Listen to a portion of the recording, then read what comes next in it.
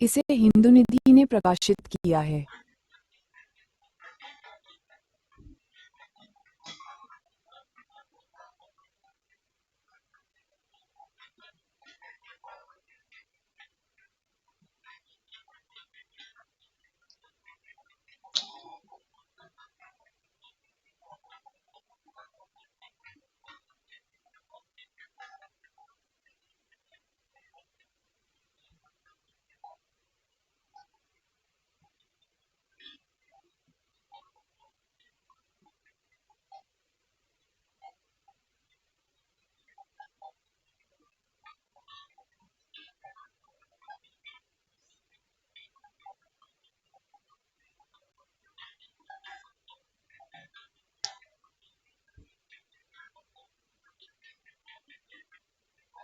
सरस्वती व्रत कथा एवं पूजा विधि PDF हिंदी। इसे हिंदू निधि ने प्रकाशित किया है। डाउनलोड PDF ऑफ सरस्वती व्रत कथा एंड पूजा विधि हिंदी। सरस्वती व्रत कथा एवं पूजा विधि हिंदी लिरिक्स। सरस्वती पूजा विधि।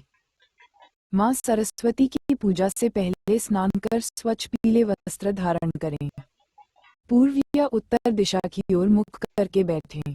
अपने सामने पीला वस्त्र बिछाकर माँ सरस्वती की मूर्ति या चित्र स्थापित करें।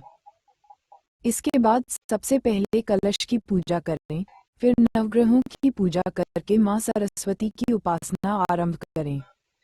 पूजन के दौरान देवी को आचमन और स्नान कराएं, फिर उन्हें श्रृंगार की सामग्री अर्पित करें।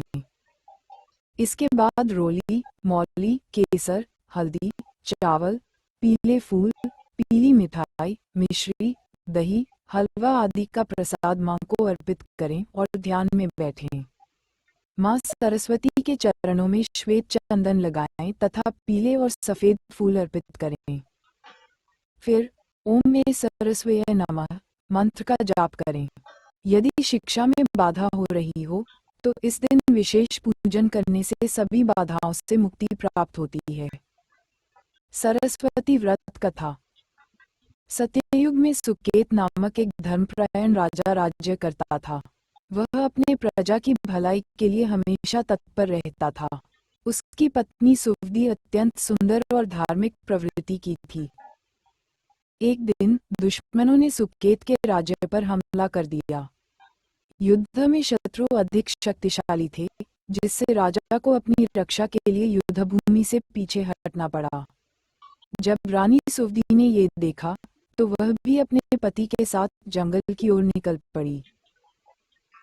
जंगल में भटकते हुए वे दोनों भूख प्यास से कमजोर हो गए। थककर राजा भूमि पर गिर पड़ा और रानी ने अपनी जंघा को राजा के सिर के नीचे तकिया बना लिया। वह अत्यंत दुखी होकर भगवान से सहायता मांगने लगी। संयोग से ऋषि अंगिरस उधर से गुजरे और राजा रानी को देखकर ठहर गए। उन्होंने रानी से उनकी व्यथा पूछी। रानी ने अपने कष्टों की पूरी कथा सुनाई।